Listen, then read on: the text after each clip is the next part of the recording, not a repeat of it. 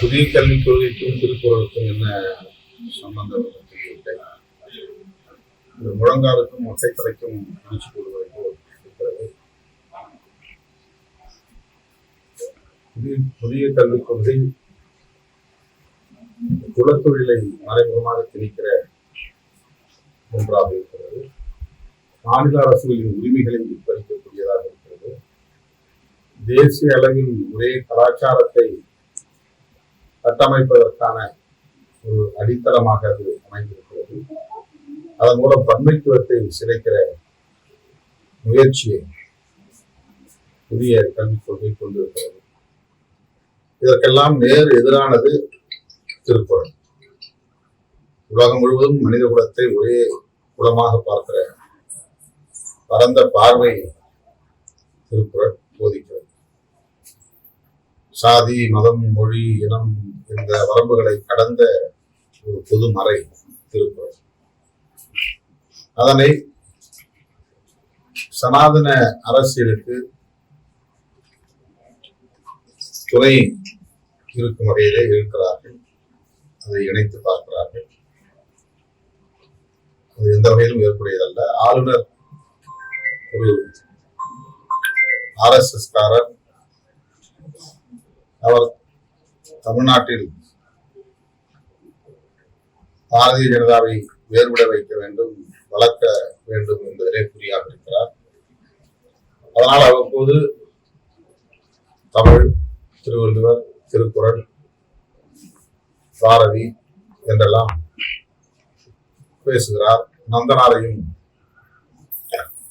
கையில் எடுக்கிறார். இதெல்லாம் அவர்களின் அரசியலுக்கான உத்திகள். இதை தமிழ்நாட்டு மக்கள் மிக நன்றாக புரிந்து வைத்திருக்கிறார்கள். ஆகவே அவர்களது மாய்மால அரசியலுக்கு ஒருபோதும் மயங்க மாட்டார்கள் என்பதை தெரிவித்துக் கொள்கிறேன்.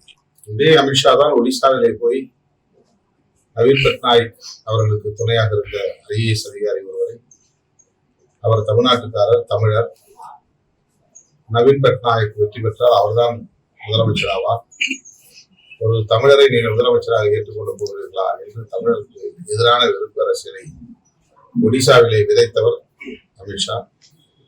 தமிழ்நாட்டுக்கு நாடகம் ஆடுகிறார். தமிழ்நாட்டு மக்கள் புரிந்து கொள்ள வேண்டும்.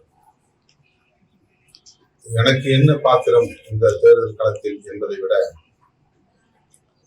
நான் என்னவாக இருக்கப் போகிறேன் என்பதை விட, தமிழ்நாட்டு அரசியலில் பாரதிய ஜனதா மற்றும் சங் பரிவார்கள் காலூன்றிவிடக் கூடாது. அது பெரும் ஆபத்தாக போய் முடியும். ஆகவே அதை முறியடிக்க வேண்டும் என்பதில் நான் குறியாக இருக்கிறேன். அந்த கருத்துள்ள அனைவரையும் ஒருங்கிணைப்பதிலும் அவர்களோடு சேர்ந்து பயணிப்பதிலும் விடுதலை சிறுத்தைகள் கட்சி தெளிவாகவும் உறுதியாகவும் இருக்கிறது. எனவே 2026 தேர்தலில் அனைத்து ஜனநாயக சக்திகளையும் சிதறவிடாமல் ஒருங்கிணைக்க வேண்டும் என்பதில் மட்டுமே எங்கள் கவனம் குவிந்திருக்கிறது. மற்றபடி எங்களுக்கு தனிப்பட்ட முறையிலே என்ன லாபம் என்கிற சிந்தனை இல்லை. செய்திகளை உடனுக்குடன் தெரிந்து கொள்ள கீழ்கண்ட கேபிள் மற்றும் DTH நெட்வொர்க்குகளில் எம்நாடு செய்தி தொலைக்காட்சியை காணுங்கள்.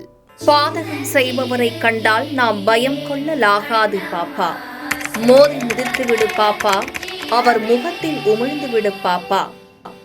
அண்மை செய்திகளை உடனுக்குடன் தெரிந்து கொள்ள இணைந்திருங்கள் எம்நாடு தொலைக்காட்சியுடன்.